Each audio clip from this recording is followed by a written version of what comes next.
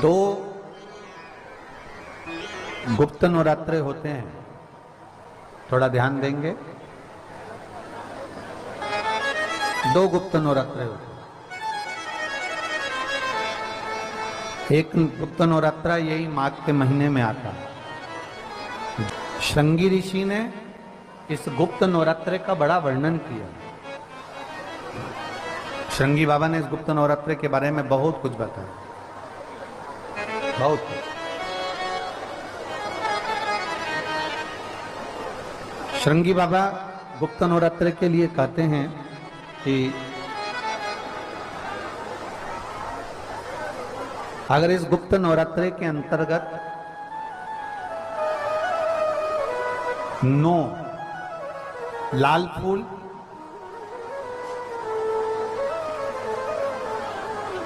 और 5 श्वेत पुष्प, ये दोनों, लोग कहते हैं गुप्त नवरात्रे में हम देवी की आराधना करें, गुप्त नवरात्रे में हम भगवान की आराधना करें, पर शिव महापुराण की कथा कर रही है, भगवान शंकर का चरित्र कथा है। अगर आपने देवी भागवत का स्मरण किया हो या भगवान शिव की एक पवित्र आनंदमय कथा स्कंद पुराण के काशी खंड में अगर सुनी हो या उसमें भी नहीं पढ़ पाए हो, तो श्रृंगी ऋषि के चरित्र में आता है। श्रृंगी बाबा ने वर्णन किया है कि किसी भी स्थान पर, किसी भी स्थान पर यदि हमारे घर में 2 शिवलिंग है, नहीं है, तो किसी अपने घर के गमले में, बगीचे में 2 पार्थिव लिंग का निर्माण करें। 2 पार्थिव लिंग, उसमें एक शिवजी का स्मरण करें और एक में माता पार्वती जी का स्मरण। देवादिदेव महादेव के 2 स्वरूप, 2 लिंग प्रकट कर कर, एक पर 9 पुष्प लाल और एक पर श्वेत पुष्प 5 समर्पित करें, बाबा की आराधना करें, घी का दीप लगाएं, पूजन करें, और बाद में उन शिवलिंग को, उन पुष्पों को विसर्जन करें।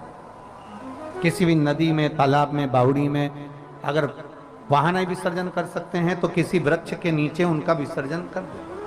पर ये नवरात्रे, ये जो गुप्त नवरात्रे हैं, इस माघ महीने में जो गुप्त नवरात्रे आती है, इसी के अंतर्गत इसका पूजन है।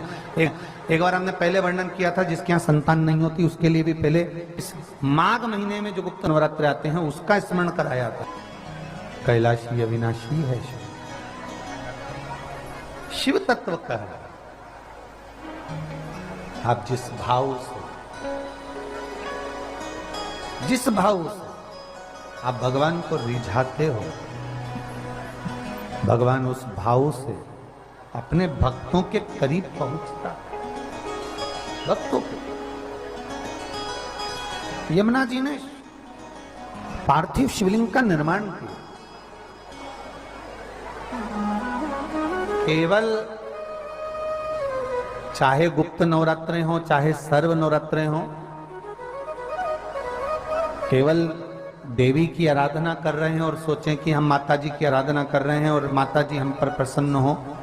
शिव महापुराण की कथा कहती है, कोई सी भी नवरात्रे में अगर आप शंकर भगवान की आराधना के साथ देवी की आराधना करेंगे तो शिव महापुराण की कथा कहती है महादेव शिव और शक्ति दोनों ही कृपा जरूर करते हैं। ये निश्चित है, निश्चित है।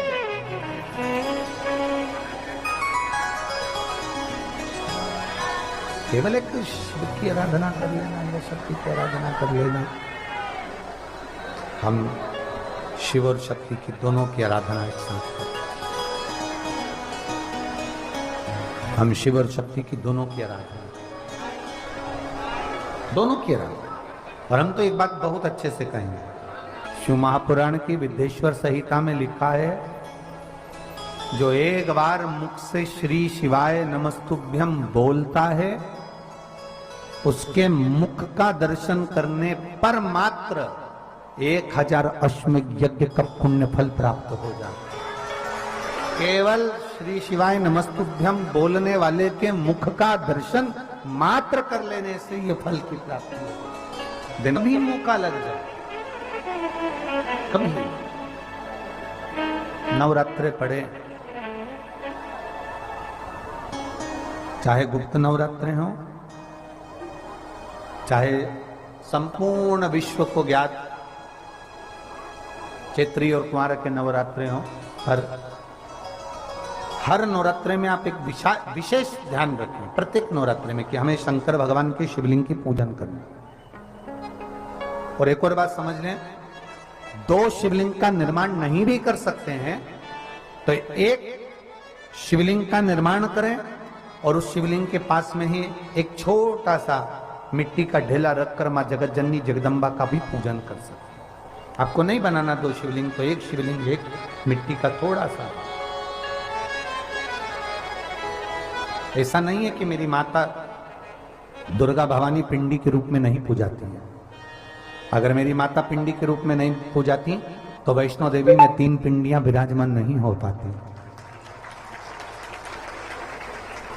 जितने जितने शक्तिपीठ हैं, आप प्रत्येक शक्तिपीठ में दर्शन करने के लिए जाएंगे तो वहां पर भी आपको पिंडी का दर्शन होता ही है, प्रत्येक शक्तिपीठ। ऐसा नहीं कि मेरी मां पिंडी के रूप में पूजाती नहीं है, वो भी पूजाती है।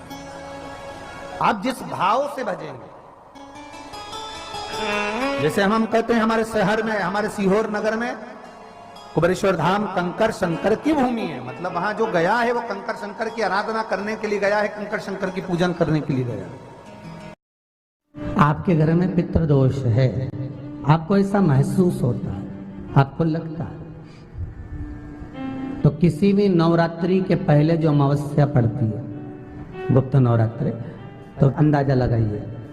तो जिस दिन अमावस्या रहे उस दिन चावल की कटोरी में एक कपूर का टुकड़ा रख दीजिए महाराज, छोटा सा, और कपूर का टुकड़ा रखकर उस कपूर को दरवाजे के बाहर कटोरी में ही, चावल रखी हुई कटोरी में ही उसको पितरों का स्मरण कर कर जला दीजिए। और जलाने के बाद उस चावल को कहीं भी किसी भी वृक्ष की छांव में पक्षियों के लिए डाल दीजिए।